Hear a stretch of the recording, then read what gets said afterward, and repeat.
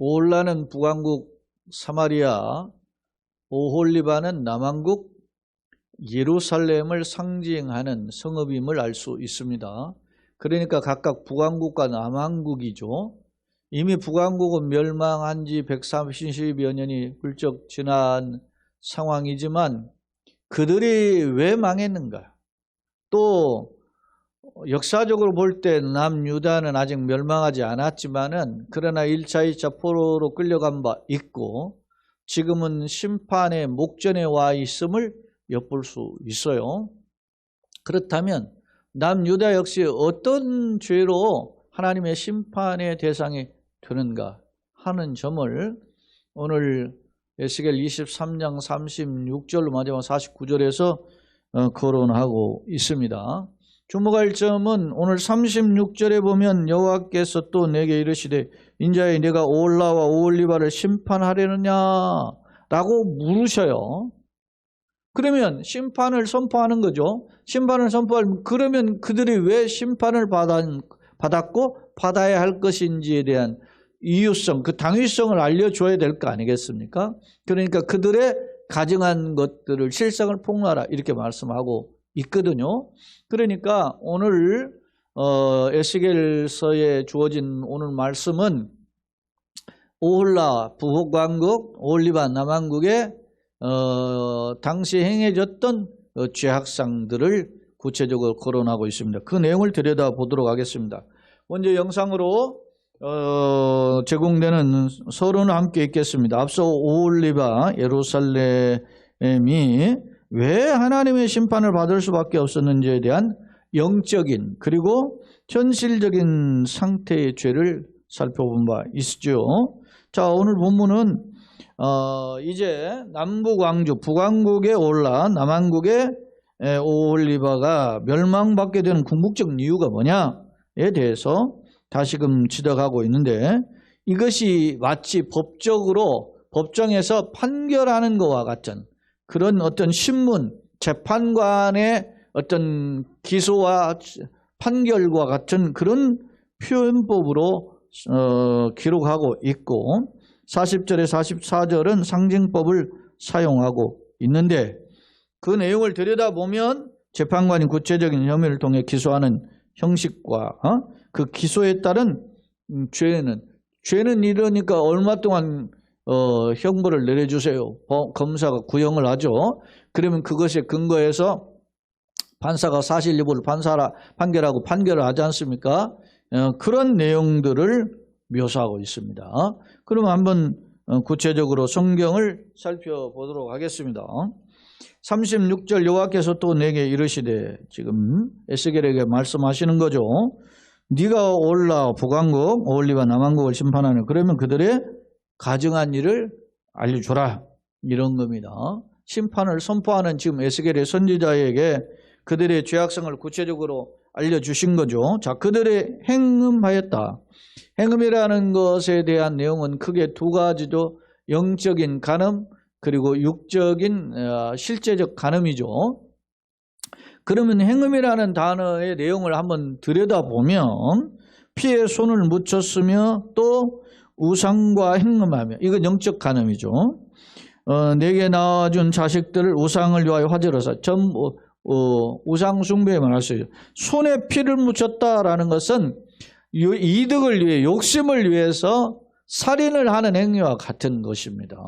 그러니까 아주 극악한 행위죠. 자, 그런 행위들을 오늘 지금 거론하고 있어요. 우상에 구체적으로 누구인지는 거론하지 않지만 우상과 행음했다. 또 내게 낳아준 자식들을 우상을 위해 화제로 드렸다. 불태워 드리는 거죠, 이게. 이거는 아주 극악한 소위 제사로 인신제사라고 하죠. 사람을 몸을 태워드리는 제사. 실제로 이스라엘의 역대 왕들 중에 히스기야 아버지는 아하스, 히스기야 아들인 므낫세 이 두 왕이 아주 극악한 왕으로 소위 몰렉의 산당에 신전에 자녀를 제물로 바치는 그런 일들이 벌어졌단 말입니다. 이건 아주 극악한 제사예요. 그러니까 이 사람들이 타락을 하게 되면 아주 극한 상황까지 극악까지 내려갔는데도 깨닫지 못하는 겁니다. 우상에 빠진 자의 비극적 모습이죠. 그 다음 이 외에도 그들이 내게 행한 것이 있나니 당일에 내 성소를 더럽히며, 우상 숭배를 하던 날 또 와가지고 말이죠, 성전을 더럽혀요. 더럽히며, 이게 성전을 더럽혔다는 의미는 학자들의 견해가 성전에서 뭐 우상을 숭배했다 하는 견해도 있고, 또 하나는 밖에 나가서는 가정은 우상 숭배를 하고 성전에 와서는 제사 드리는 척을 한 거죠. 이게 그것이 가정했다는 것입니다. 소위 말하면은 뻔뻔한 거죠. 예? 뭐 밖에 나가서 바람 피고 와서 뭐 집안에서는 뭐 그럴듯하게 하는 그런 것들처럼 그런 모습. 그러면서 당일에 안식일을 범했다 그랬습니다. 거룩한 성일이어야 될 날을 범죄에 빠뜨렸다라고 하는 점을 지적하고 있어요. 자, 그들이 자녀를 죽여 그 우상에게 드린 그날에 내 성소에 들어와서 더럽혔으되 그랬어요. 자녀를 죽여서 우상에게 드린, 화제로 드렸다 그랬잖아요. 몰렉의 신전에 자녀를 바쳤잖아요. 그런데 성전에 와서도 또 이렇게 한단 말입니다. 제사를 드리는 것처럼. 안 그런 척하는. 그렇게 하며 그들이 내 성전 가운데서 그렇게 행했다. 이 말은 밖에서는 우상숭배, 안으로 성전에 와서는 안 그런 척 거린 거짓 행위들을 하는 모습들을 지금 상상해 볼 수 있어요. 그림으로 그려볼 수 있지 않습니까? 그 다음에 또 사절을 먼 곳에 보내 사람을 불러오게 하고, 사절을 먼 곳, 이게 사절은 임금이 보내는 사신이죠. 그래서 먼 곳에라는 것은 먼 이방 나라의 사람들을 보냅니다. 뭘 그냥 보냅니까? 그 사람들에게 아쉬운 말을 하려면 각종 예물을 가지고 가야 되죠. 그러니까 대표적으로 성전에 있는 그릇, 금들 긁어다가 바치는 거죠. 그리고 우리를 좀 도와주세요. 뭐 이런 겁니다. 응? 여러분, 솔로몬 왕 때는 힘이 있으니까 주변의 나라들이 조공을 바쳤죠. 다윗과 솔로몬 시절에. 그렇죠? 시바의 여왕의 금을 가지고 찾아오지 않습니까? 그런데 오히려 이제는 조공을 바치는 신세가 되었다. 왜? 세상 눈치를 보는 신세란 말입니다. 이러한 모습들을 지금 지적하고 있어요. 사절을 먼 곳에 보내어 사람을 불러오게 하고 그들이 오매 그들을 위하여 자, 사절을 보내니까 그 사절단에 보내니까 이제 상대국에서도 이제 반응을 보여서 올 거 아닙니까? 어떤 면에서 사절을 보낸 거예요. 우리를 도와주세요. 우리 힘 없는데 우리가 지금 침공에 지금 취약한 상태인데 도와주세요. 이렇게 하니까 그쪽에서 조공을 이렇게 바치면서 도와달라니까 사람들을 보낼 거 아닙니까? 사신을 보내줄 거죠. 그러니까 오니까 어떻게 그렇게 반응하느냐. 그들을 위하여 목욕하며 자기 깨끗이 단장하는 모습이 눈썹을 그리며 스스로 단장하고 굉장히 그 상대 그 사절을 맞이하는 태도가 아주 굉장히 어떻게 해요? 최선을 다하는 모습이죠. 꾸미는 겁니다. 자신은. 그렇게 하고 화려한 자리에 앉아서 앞에 상을 차리고 내 향과 기름을 그 위에 놓고, 내 향과 기름이라고 그랬어요. 하나님 앞에 드려야 될 제물, 하나님 앞에 향기로운 기름들을 바쳐야 되는 것들을 그들을 향해서 제공했다는 겁니다. 하나님을 향해 중심을. 여러분 살다 보면 사람이 말이죠. 세상에서 사용할 것들이 많으면 하나님께 드리고 하나님 앞에 헌신하는 것이 아깝게 생각이 드는 겁니다. 그때 시험이 찾아와요. 전에는 그렇게 열심히 했는데 사람이 살다 보면 어느 날 거기에만 그게 하는 거예요. 그래서 그게 막 매여 있으면은 예전에는 그냥 기쁜 마음 하고 또 이렇게 자연스럽게 정기적으로 했는데 그런 것이 어느 날 갑자기 말이지. 왜냐? 거기에 들어갈 돈들이 많으니까 아까워지는 거죠. 그러다 보면 시험이 드는 겁니다. 그렇게 하고 별의별 핑계를 다 대는 거죠. 그렇게 해서 주저앉아요. 오늘 이 본문에서도 그런 모습이 보이잖아요.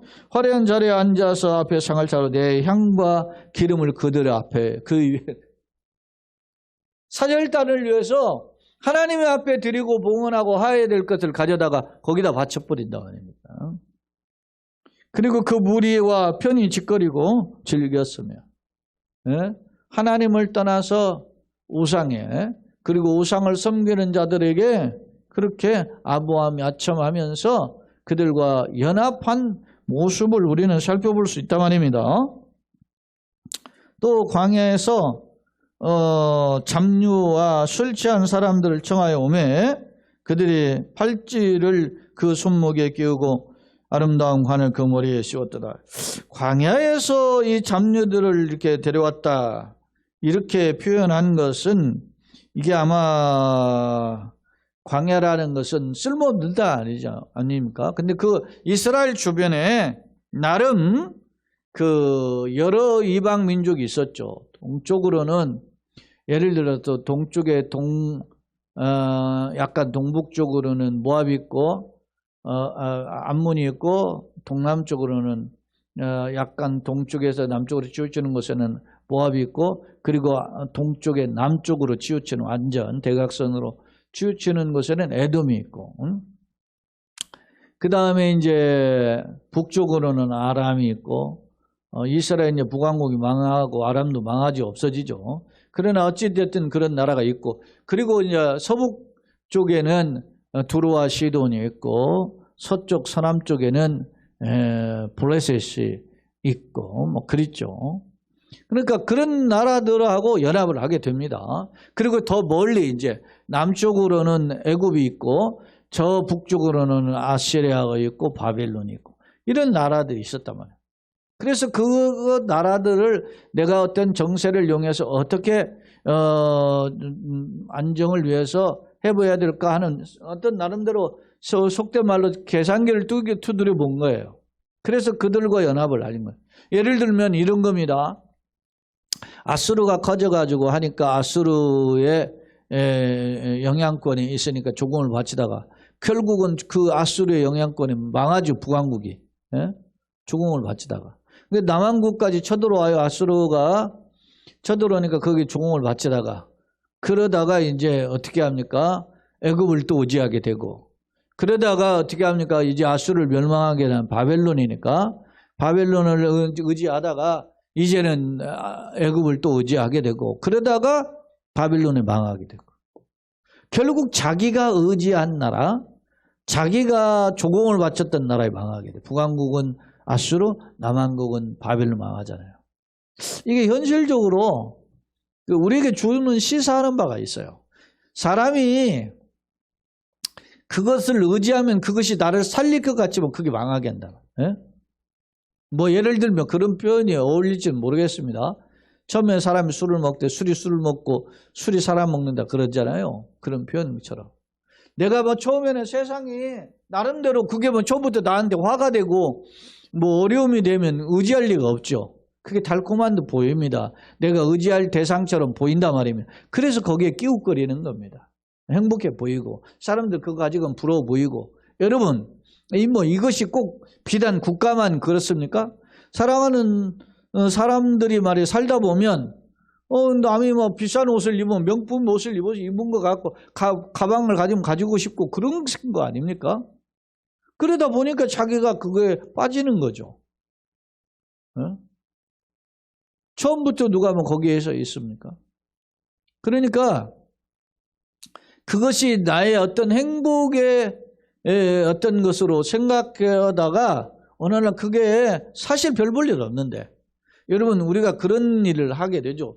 이사를 하게 되면 우리가 그동안에 집에 있었던 쌓아놨던 물건들을 가지고 가는 사람도 있지만 상당수 다른 집에 새 집으로 가면서 버리는 경향이 많아요.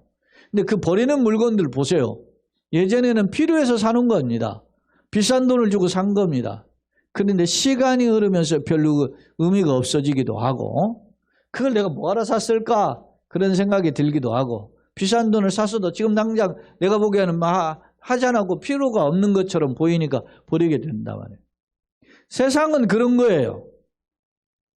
근데 우리가 하나님을 그렇게 생각합니까?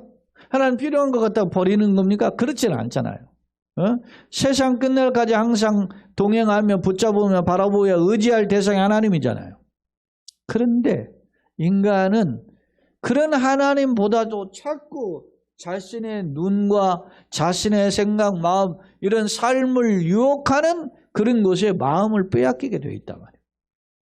이런 부분에 대해서 오늘 본문은 지적하고 있어요. 다시 보겠습니다. 42절에 그 무리와 편히 찌꺼리고 즐겼으며 또 광야에서 잡류와 술 취한 사람을 청하여 오매 그들이 이제 동서남북에 있는 이방인들이죠. 그들이 팔찌를 그 손목에 끼우고 아름다운 그런 관을 그 머리에 씌웠다. 그러면서 말이죠. 우리 돌봐주세요. 그래 내가 뭐 형생 우리 뭐 친구 합시다. 막 이렇게 하지만 결국 영원한 친구가 없죠. 오늘날도 국세 정세에 보면은 말이죠. 돌 듯 하다 그냥 와르르 무너지잖아요. 등 돌리는 겁니다. 손익계산서 튀겨봐서 이거 아닐 것 같다면 그냥 손절하는 거 아닙니까? 그런 겁니다. 뭐 우리가 이 최근에 보면 알지만은 뭐 측근이네 아니네 뭐 어쩌고 뭐 난 저런 사람 모릅니다. 뭐 이렇게 해가지고 뭐 그런 말에 자기가 측근인 줄 알았는데 나만 뒤집어 쓸 수 없다고 폭로하고 뭐 이런 현상들이 벌어지잖아요. 그렇다 보니까 소위 말하면 뭐 의리하지만 아무것도 아닌 거죠. 손익계산에 보면 자기가 불합리하면 뭐 모르는 사람이고 알지 못하고 저 사람이 다 했다 다 뒤집어 쓰이고 이런 것들이 단지 어떤 특정인에게만 벌어지는 현상이 아니고 세상적인 사람들의 일반적인 모습들이란 말이에요. 자, 그게 이제 두 번째 단락인데요. 이제는 구체적인 기소 내용을 통해서 이제 엄히 심판하시는 분이 하나님 보여주는 게 이제 43절로 마지막 이제 49절인데 한번 들여다봅시다. 내가 음행으로 쇠한 여인을 가리켜 말하나. 음행으로. 지금 음행은 두 가지 의미였다고 했죠. 영적 간음이죠. 우상숭배를 하는 거 그리고 세상을 쫓아가는 거. 이게 음행이란 말입니다. 그런 여인을 가리켜 말하나 그가 그래도 그들과 피차 행음하노다. 버리질 못하는 겁니다. 잘못된 길을 가면 청산하고 되돌아와야 되는데 그러지 못한다라고 하는 점입니다. 그러면서 그들이 그에게 나오기를 기생에게 나온 같이 음란한 여인이 오홀리바에게 성한 순절. 자, 기생에게 나온 것 같다라고 하는 이 표현과 같이 오늘 어떤 면에서 보면 음탕함에 빠져 있는 그런 상태의 모습을 엿볼 수 있죠. 자, 45절 의인이 간통한 여자들 재판한 같이 재판하며 피를 흘린 여인을 재판한 같이 재판하리니. 자 보세요. 간통한 여인들을 이스라엘 백성은 어떻게 재판하죠? 돌 던지잖아요. 엄히 정죄한단 말입니다. 그렇게 재판한 같이 재판한 피 흘린 여인을 재판한 같이 피 흘린이었다라는 걸 살인하고 남을 죽였으니까 그 어떻게 해요? 얘는 뭡니까? 눈에 누 이런 식으로 징벌하잖아요. 그런 것처럼 하게 될 것이다. 그들은 간통한 여자들이요. 피가 그 손에 묻었습니다. 간음을 행하고 남의 것을 빼앗은 그런 죄악을 행한 자들이다라고 이야기해. 누가? 44절에 보면 음란한 여인 오홀리바 북왕국 남왕 이미 사실 북왕국 이미 망하고 없는데 이 지금 남북왕국이 소위 독긴 객긴이라는 거죠. 하나님 보시기에 모두 다 죄악에 빠져 있는 상태 그런 것을 지적하고 있어요. 자, 주 여호와께서 이같이 말씀하시니라. 46절 그들에게 무리를 올려 보내 그들의 공포와 약탈을 당해. 무리를 올려 보내요. 누구겠어요, 무리가? 이제 이방의 군대죠. 구체적으로 보면 북왕국을 멸망케 했던 나라는 아수르, 남왕국을 멸망케 하는 나라는 바벨론이죠. 이미 북왕국은 이미 멸망하고 없고 남왕국은 이미 바벨론에 의해서 1차, 2차 포로로 끌려간 바 있고요. 지금 3차 포로와 함께 멸망할 목전에 있는 거예요, 지금. 근데 지금 현실은 벌어지지 않으니까 사람들이 착각하는 거예요, 지금. 우리는 그 역사의 전후 문맥을 지금 보고 알고 이 본문을 대하니까 안타깝죠, 이 상황이. 예? 목전에 벌어요. 여러분, 사람이라는 게 한 치 앞을 내다보기 어렵죠. 5분 뒤에, 10분 뒤에 삶을 내가 알았으면 그렇게 살겠습니까? 예를 들어 자전거 잘 타고 가다 무슨 사고가 있는데 5분 뒤에 일어날 일 알면 자기가 그 갈 일이 없죠. 브레이크를 멈추고 차를 타는 데서 대기하든지 그 상황이 종료될 때까지 있을 거 아니겠습니까? 그런데 우리는 어떻게 해요? 그냥 간다 말입니다. 모르기 때문에. 단지 운전에 비유했는데 우리가 인생을 살면서 살아가는 각종 어떤 안목의 정욕, 육신의 정욕, 이생의 자랑을 쫓아가잖아요. 응? 눈에 보이는 거 쫓아가잖아요. 몸에 육신에 막 쾌락적인 거 쫓아가잖아요. 그리고 세상 사람들이 자랑하면 나도 그거 자랑하고 싶잖아요. 예? 뭐 예를 들어 누군가 자식 자랑하면 나도 자식 자랑하고 싶고, 누군가 돈 자랑하면 돈 자랑하고, 집 자랑하면 집 자랑, 자동차 자랑하면 자동차 자랑하고 싶고, 양복 좋은 거 입었다. 우리 옛날에 그런 거 했잖아요. 착복식, 착복식. 예? 옷 새로 입었으면 한 벌 내라고. 착복식 좋은 거 입었으니까 밥 한 끼 사라는 거 아니에요? 그런 세상에 다 그런 겁니다. 그런 것을 쫓아가다 보면 평생 그런 마음의 포커스, 방향성이 거기에 집중되어 있단 말이죠. 자, 남한국과 북한국이 각각 그랬다는 거죠. 자, 그래서 그들을 이제 이방의 무리를 데려다가 그들을 징계합니다. 근데 알고 보니까 그 징계하는 도구가 누구냐 하니까 이스라엘이 의지했던 사람이죠. 조공을 바쳤던 사람. 북한국은 아수르의 조공을 바쳤는데 아수르가 쳐들어와서 멸망시켜. 예? 참 비극적이죠. 나름대로 살겠다고 그를 의지하고 그를 쫓아갔는데 오히려 그들이 쳐서 멸망시킨다. 처음에 이스라엘이 남쪽 유다도 마찬가지예요. 처음에부터 막 애구부지한 게 아니에요. 처음에는 바벨론 의지하다가 떡 등 돌리고 배반하고 애굽으로 가니까 바벨론 군대가 쳐들어와서 잡아가기 시작한 거죠. 그런데도 정신 못 차리고 계속 애굽을 의지하니까 마지막 멸망하게 되는 거 아니겠습니까? 자, 47절 무리가 그들을 돌로 치며 칼로 죽이고, 비극적인 거죠. 돌로 치며 칼로 죽인다. 비참한 죽음입니다. 죽이고 그 자녀도 죽이며 그 집들을 불사르리라. 완전 초토화시키는 거죠. 자녀를 죽이면서 비극적으로 비참하게 죽이는 것은 물론이거니와 집까지 불살을. 왜냐하면 다시 일어서지 못하게 만들어버리는 것이 불사름이에요. 그렇게 만들이라. 그 다음에 48절 이같이 내가 이 땅에서 음란을 그치게 한적. 이렇게 그치게 한다라는 건 뭡니까? 하나님이 준엄한 심판으로 싹쓸이해버리니까 음란이 이제 할 수가 없는 상태가 되는 거죠. 왜? 심판을 당하여 끌려가고 죽임을 당하기 때문에. 예? 살아있는 사람은 포로로, 이제 그렇지 않은 사람들은 죽임을 당하게 된단 말입니다. 그러니까 음란을 그치게 한즉 모든 여인이 정신이 깨어. 모든 여인은 여기는 주변 민족들을 가리켜요. 주변들은 어휴 어쩌다 저렇게 됐나. 아, 저들이 하나님 섬긴다는 제대로 못 섬긴 저렇게 됐구나.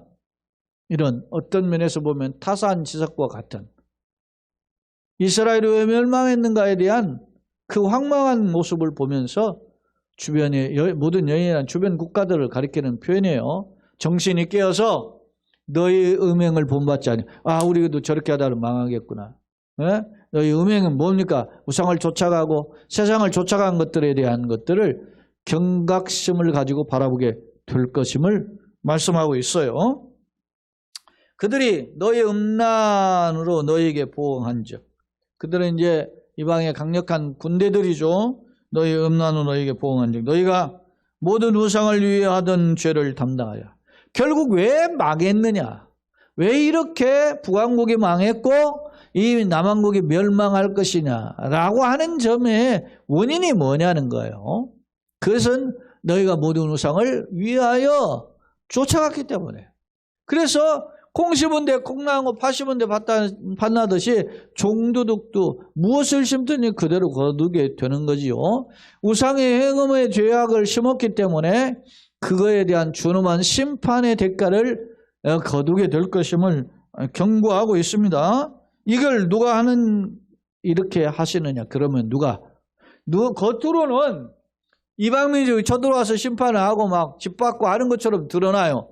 그러나 생사화복의 주인이 하나님이시기 때문에 그 하나님의 주권 아래, 하나님의 통치 아래 이러한 일들이 벌어지게 됨을 말씀하며 내가 주 여호와인 줄을 너희가 알리라. 이 말은 이 모든 일이 하나님의 주권 아래 속해 있다라고 하는 점을 강조해 주고 있어요.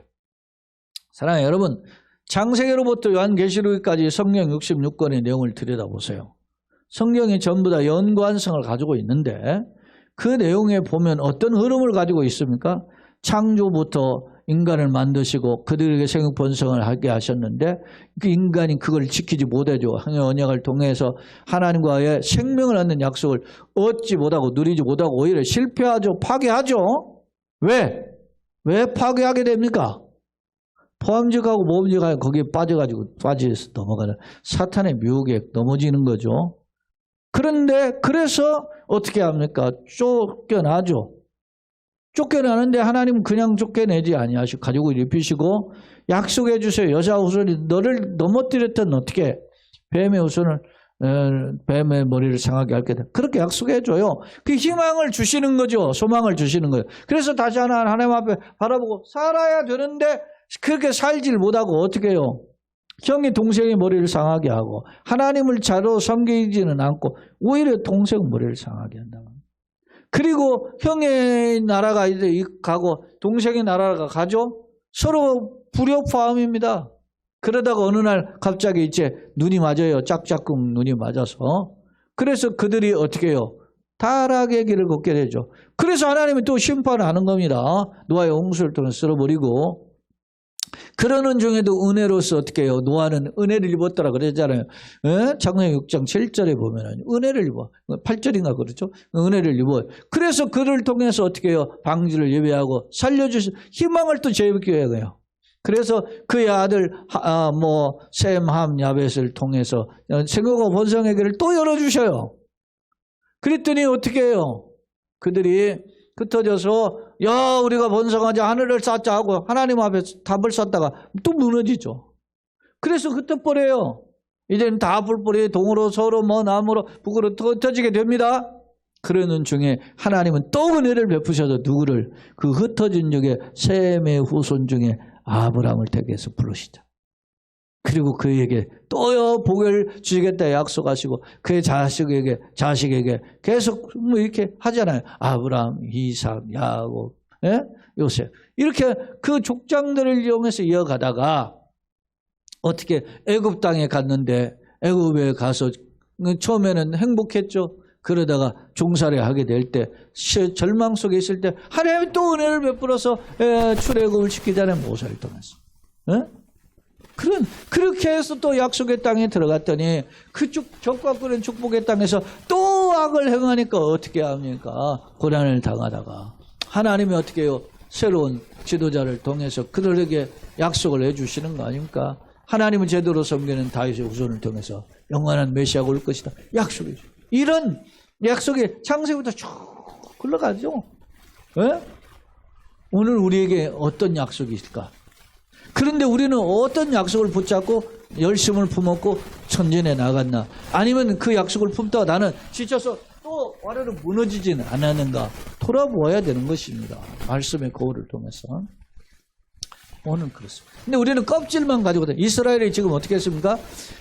껍질만 가지고 하나님 백성이라고 생각하고 있고 그리고서는 이방을 끼웃거리면서 우상숭배 다 하고 그리고서는 아니 내가 그래도 교회 다니는데 명색의 목사인데 집사인데 그렇게 하고서는 당일에 또 다시 돌아와가지고 성전에서 하나님 앞에 거룩한 척 하다가 그게 가증한다. 이러한 것들을 하나님이 예수계를 통해서 이스라엘의 죄악성을 지적하고 있지 않습니까? 사랑하는 여러분, 우리의 모습은 어떻습니까? 자, 두 번째 화면을 한번 보겠습니다. 36절로 42절의 말씀. 이스라엘 정치적 동맹은 예를 들어서 아수르를 의지하고 바벨론을 의지하고 그랬지만 그런 동맹은 필연적으로 종교적 범죄를 수반했다. 동반한 거죠. 그들을 의지하다 보니까 그 나라가 왜 셀까 생각해 볼 거 아닙니까? 그러니까 그 나라가 이런 시그널을 섬기는구나. 예를 들어 바벨론은 마르둑을 섬기잖아요. 그럼 마르둑을 섬기는구나. 그렇게 의지하게 된단 말이에요. 예? 니누에를 섬기는 니누에 신을 섬기게 되고 뭐 예를 들어서 거기에 관련된 우상들을 가져다가 여호와의 성전까지 데려오잖아요. 이런 일들을 벌어져. 심지어는 그러다 보니까 자식을 우상을 위하여 불로 태우는, 불 태워서 드리는 화제를 삼아 드리는, 자식을 몰래게 제사로서 제물로 드리는 그런 일까지 벌였다. 극악한 행동. 그런데 왜 하나님 앞에는 제대로 섬기지 않으면서 왜 이방한테 우상한테는 막 이렇게 눈썹 목욕하고 문석 그리고 환심을 사기 위해서 가진 노력, 교태스러운 모습을 보이죠? 하나님을 향한 모습은 하나님은 부는 게 어쩔 수 없이 해요. 마지못해서 해. 찬송도 마지못해, 예배도 마지못해, 헌금도 마지못해, 뭐 그러죠. 봉사도 마지못해, 교회도 오는 거 마지못해. 그러다가 그런 거와 달리 이방의 우상을 만들지 않은 것은 적극적이다. 이방 민족을 의지하는 모습 꼭 마치 매춘부의 모습과 흡사하다 하는 걸 지적하고 있어요. 43절로 49절에 이제 보면 구체적인 기소 내용을 밝히면서 하나님은 엄히 이들의 죄악상을 엄히 심판하시겠다라고 하는 것입니다. 특히 이방 민족들을 북왕국, 남왕국과 일시적으로 연합한 것은 살려주는 듯 보이죠. 북왕국은 아수르와 남왕국은 바벨론과 이렇게 하는데 결국 그들에게 망한다는 거죠. 오히려 그들 돕기 위함이 아니라 결국엔 그들을 짓밟기 위함이었음을 보여주고 있다. 만약 48절, 49절의 이 내용을 들여다보면 이스라엘 민족에 대한 징계를 보고 주변 이방 민족들이 저렇게 하다가는 저렇게 얻어맞는구나. 우리 정신 차려야지. 이방 주변 국가가 깨닫게 된다는 거죠. 이스라엘 민족은 어땠는가? 우리가 그렇잖아요. 타사 이제 남이 돌 하나 던져놓은 것도 그것을 우리가 깨달은 어떤 본받는 어떤 지혜가 돼야 되는데 그렇지 못하는 상황들을 우리는 이런 모습들을 보고 깨닫게 됩니다. 자, 세 번째 남북왕국의 실태를 통한 교훈이다. 남왕국, 북왕국 각각 한번 봅시다. 그들의 공통점이 뭐예요? 우상 숭배죠. 이방의 우상을 숭배한 물론 특히 대표적인 우상 숭배의 악한 행위, 자녀를 불살라 몰래게 바쳤던 행위다는 겁니다. 또 이방과 동맹을 맺어 우상 숭배하는 것도 물론이거니와 이방 동맹은 상황을 따라 아수르를 의지하고 바벨론을 의지하고 애굽을 의지하지만 결국 그들에게 아수르에게 북왕국 망하고 남왕국은 바벨론에게 망했다. 하나님 심판은 뭡니까? 그런데 하나님 처음부터 이렇게 보면 예를 들어서 탁 멸망시키지 않으셨어요. 돌아오라. 그렇게 은혜를 베푸시죠. 다시 말하면 길이 참으면서 그 매들면 맞는다. 그러면 안 돼. 그렇게 경고하죠. 처음부터 매드는 분 있습니까? 아니죠. 좋으신 하나님은 참으시죠. 결국에는 그러나 죄의 삭은 사망이죠. 공의 하나님의 진노로 심판하시죠. 줄만 징계를 통해서 심판하신다. 이런 걸 통해서 이방인들은 어떻게 해요? 하나님은 을 향해서 저렇게 잘못 가다가는 망하는구나. 징계를 받는구나 하는 것들을 이방인들이 깨닫게 됐어요. 준엄한 심판을 통해 오히려 이방 민족 깨닫고 하나님을 경외함을 배우게 된다는 거죠. 교훈입니다. 정치적 동맹은 그러니까 이 힘이 딸리니까 아수르 의지하고 애굽 의지하고 바벨론 의지하는데 이렇게 의지한 것은 그들이 도와주는 것 척하다가 오히려 그들을 멸망시켜서 동맹이 오히려 올못했어요. 그러니까 우리가 여러분 보세요. 뭐 중국 의지하고 뭐 경제 때문에 중국 눈치 보고 일본 눈치 보고 또 군사력으로는 말이죠. 미국 의지하고 자꾸 그런데 우리가 자강의 힘이 있어야 돼요.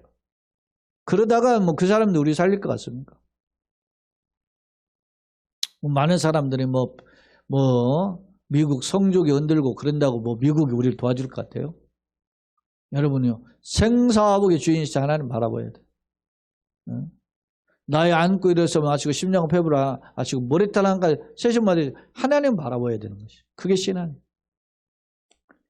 자, 성도는 눈에 보이는 걸 좇지 말고 언약을 붙잡고 선한 싸움을 싸워야 할 것이다. 결론입니다.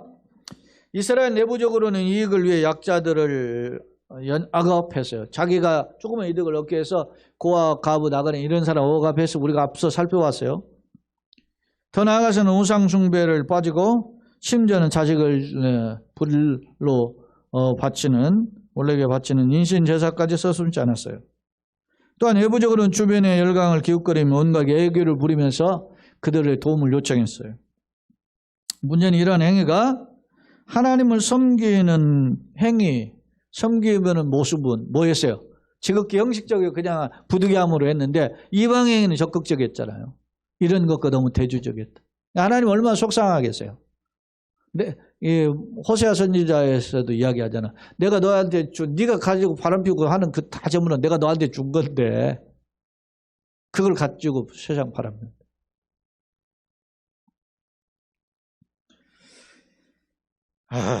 때문에 하나님은 이스라엘에 의지한 이방 민족을 통해서 엄히 징계하신다. 자기가 자승자박이죠. 자기가 판 우물에 자기가 빠지는 것처럼 그런 것입니다. 엄히 경고하시며 심판을 통해 이방 민족들까지도 경각심을 갖게 된다. 그렇습니다. 그렇다면 나의 모습은 어떻습니까?